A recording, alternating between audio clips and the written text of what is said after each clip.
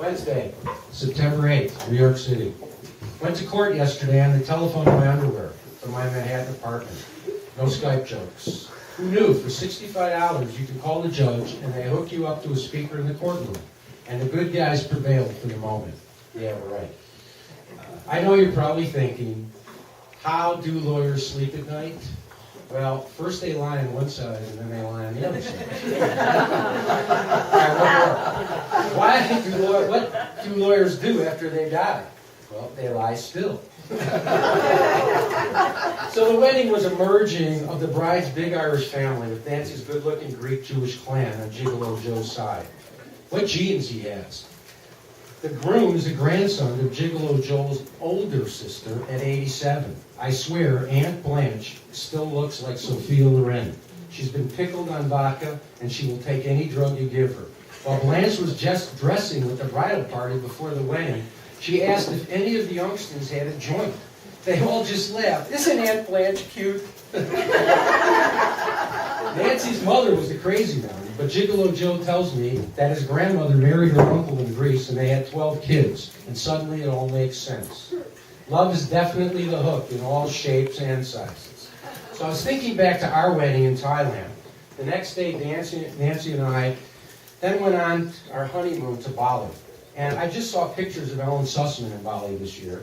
And I'm thinking, must get her and her husband, Neil Rothman, he's a lawyer, or an artist, or both. According to Google, there's a Neil Rothman who's a big-time movie attorney at Columbia Pictures.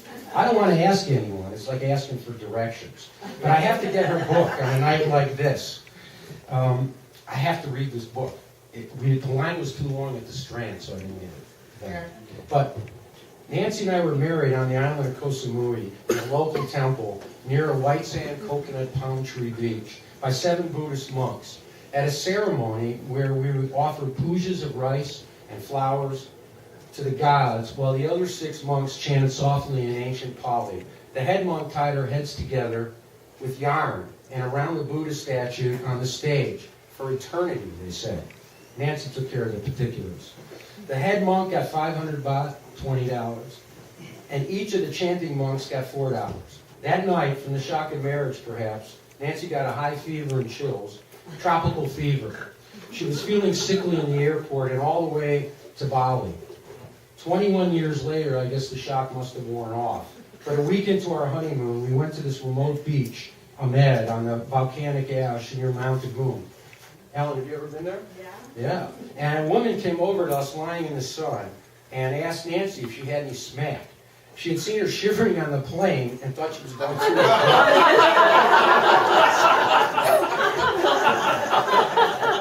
So Ellen Sussman has a new novel coming out next May.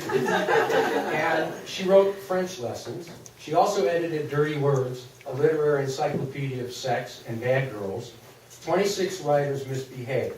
And I'm happy to report that I did pick up on a night like this. I'm almost finished with it all. Nancy gave me grief for taking it out of the library, so can I buy a book from you tonight? It's really a compelling, personal, sexy, and surprisingly funny story about a tough subject. It's about death. And I don't usually like books that make me cry and make me think that way. But once again, even in death, love is the hook. So I'm really happy you're here, Ellen. So please welcome Ellen Sussman.